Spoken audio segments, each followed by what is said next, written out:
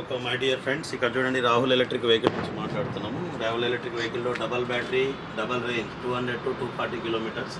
So మీరు చూడండి కింద ఫస్ట్ మీకు ఇది చేంజ్ ఓవర్ ఆఫ్లో ఉంది. ఫస్ట్ ఆన్ చేశాను, ఆన్ కాలేదు. ఇక్కడ చూడండి ఆన్ చేశాను, డిస్ప్లే ఆన్ అయింది. బండి మూవ్ అవుతుంది